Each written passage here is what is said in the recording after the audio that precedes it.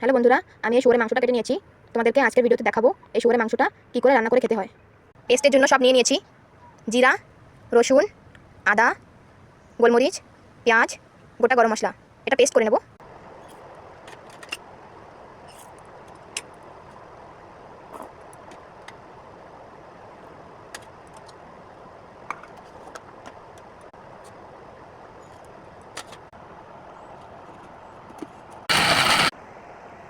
মাংসের আলুটা কেটে নিয়েছি।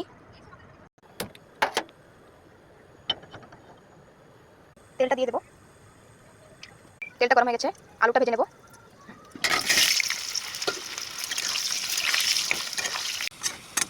আমাদের আলুটা ভাজা হয়ে গেছে, আলুটা তুলে নেব।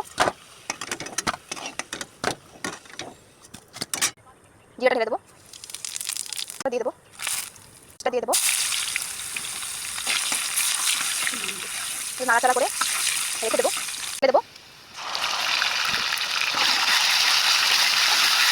সামান্য হলুদ দেবো, তারপরে দেবো,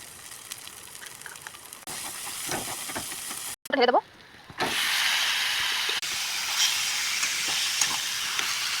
সামান্য নুন দেবো। নাড়াচাড়া করে ভালো করে কষিয়ে নেব। এখন ভাজা আলুটা ছেড়ে দেবো।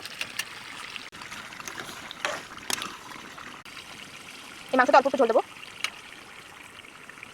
আমাদের মাংসটা হয়ে গেছে, একটু গরম মশলা দিয়ে নামিয়ে দেবো। আমাদের মাংসটা হয়ে গেছে,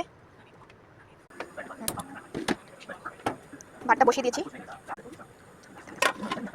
আমাদের ভাতটা হয়ে গেছে, নামিয়ে দেবো।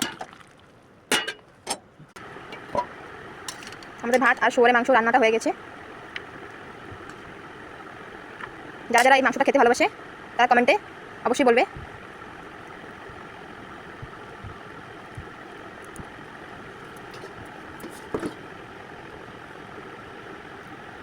এটা খেতে ভীষণ ভালো।